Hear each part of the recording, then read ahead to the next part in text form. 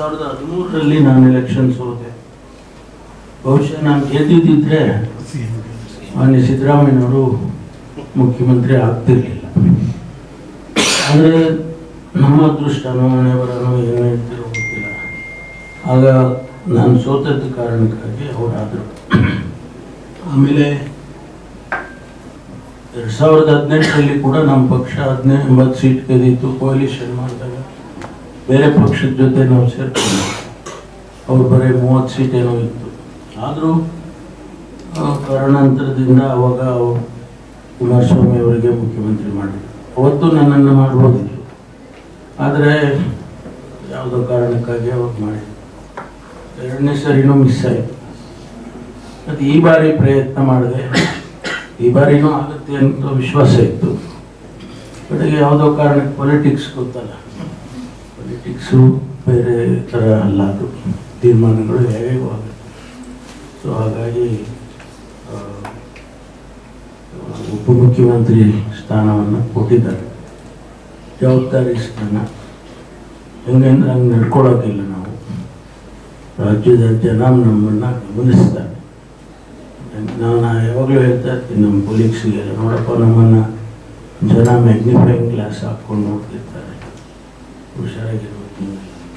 ಆ ರೀತಿ ಇವತ್ತು ಭಾಳ ರೆಸ್ಪಾನ್ಸಿಬಲ್ ಇರ್ತಕ್ಕಂಥ ಜಾಗ. ನನ್ನ ಪ್ರಯತ್ನ ನಾನು ಖಂಡಿತವಾಗಿ ಮಾಡ್ತೇನೆ. ಮತ್ತು ನಿಮಗೆಲ್ರಿಗೂ ಕೂಡ ಯಾವುದೇ ರೀತಿ ಒಂದು ಬರದ ಹಾಗೆ ಸರ್ಕಾರದಲ್ಲಿ ನಾನು ಕೂಡ ನಡ್ಕೊಳ್ತೀನಿ. ಜೊತೆಗೆ ನಿಮ್ಮ ಶ್ರೇಯಸ್ಸು, ಸಂಸ್ಥೆಯ ಶ್ರೇಯಸ್ಸು ನನಗೆ ಭಾಳ ಮುಖ್ಯ. ಒಂದು ಹಂತದಲ್ಲಿ ನಾನು ನಮ್ಮ ಹೈಕಮಾಂಡ್ನವ್ರಿಗೆ ಹೇಳಿದೆ, ನನಗೆ ಸಾಕು ಮಾಡಿಬಿಡಿ, ಕೊಡೋಕ್ಕಾಗೋದಿಲ್ಲ ಅಂತ ಹೇಳಿದ್ರೆ ನನಗೆ ಭಾಳ ದೊಡ್ಡ ಕೆಲಸ ಇದ್ದಾವೆ, ನಾನು ವಾಪಸ್ ಹೋಗ್ತೀನಿ ಅಂತೇಳಿ ಕೂಡ ಅವ್ರಿಗೆ ಹೇಳಿದೆ. 2013ರಲ್ಲಿ ನಾನು ಎಲೆಕ್ಷನ್ ಸೋತೆ. ಬಹುಶಃ ನಾನು ಗೆದ್ದಿದ್ದರೆ ಮಾನ್ಯ ಸಿದ್ದರಾಮಯ್ಯನವರು ಮುಖ್ಯಮಂತ್ರಿ ಆಗ್ತಿರ್ಲಿಲ್ಲ. ಆದರೆ ನಮ್ಮ ಅದೃಷ್ಟನೋ ಹಣೆ ಬರೋನೋ ಏನು ಹೇಳ್ತಿರೋ ಗೊತ್ತಿಲ್ಲ.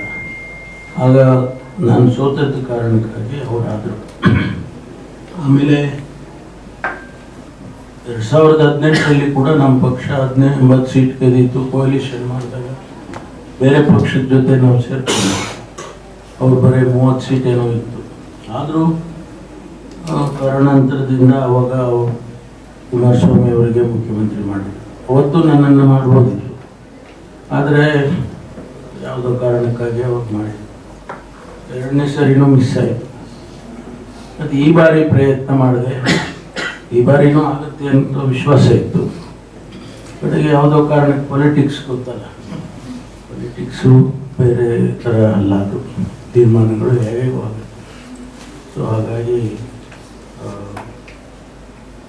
ಉಪಮುಖ್ಯಮಂತ್ರಿ ಸ್ಥಾನವನ್ನು ಕೊಟ್ಟಿದ್ದಾರೆ. ಜವಾಬ್ದಾರಿ ಸ್ಥಾನ.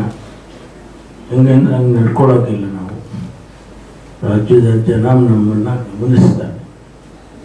ನಾನು ಯಾವಾಗಲೂ ಹೇಳ್ತಾ ಇರ್ತೀನಿ ನಮ್ಮ ಪೊಲೀಸ್ಗೆ, ನೋಡಪ್ಪ ನಮ್ಮನ್ನು ಜನ ಮ್ಯಾಗ್ನಿಫೈಯಿಂಗ್ ಗ್ಲಾಸ್ ಹಾಕ್ಕೊಂಡು ನೋಡ್ತಿರ್ತಾರೆ, ಹುಷಾರಾಗಿರ್ಬೇಕು.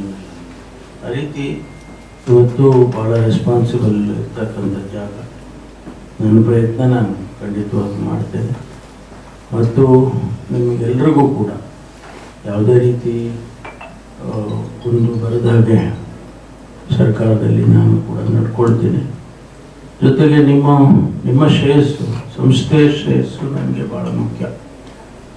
ಒಂದು ಹಂತದಲ್ಲಿ ನಾನು ನಮ್ಮ ಹೈಕಮಾಂಡ್ನವ್ರಿಗೆ ಹೇಳಿದೆ, ನನಗೆ ಸಾಕು ಮಾಡಿಬಿಡಿ, ಕೊಡೋಕ್ಕಾಗೋದಿಲ್ಲ ಅಂತ ಹೇಳಿದ್ರೆ ನನಗೆ ಭಾಳ ದೊಡ್ಡ ಕೆಲಸ ಇದ್ದಾವೆ, ನಾನು ವಾಪಸ್ ಹೋಗ್ತೀನಿ ಅಂತೇಳಿ ಕೂಡ ಅವ್ರಿಗೆ ಹೇಳಿದೆ.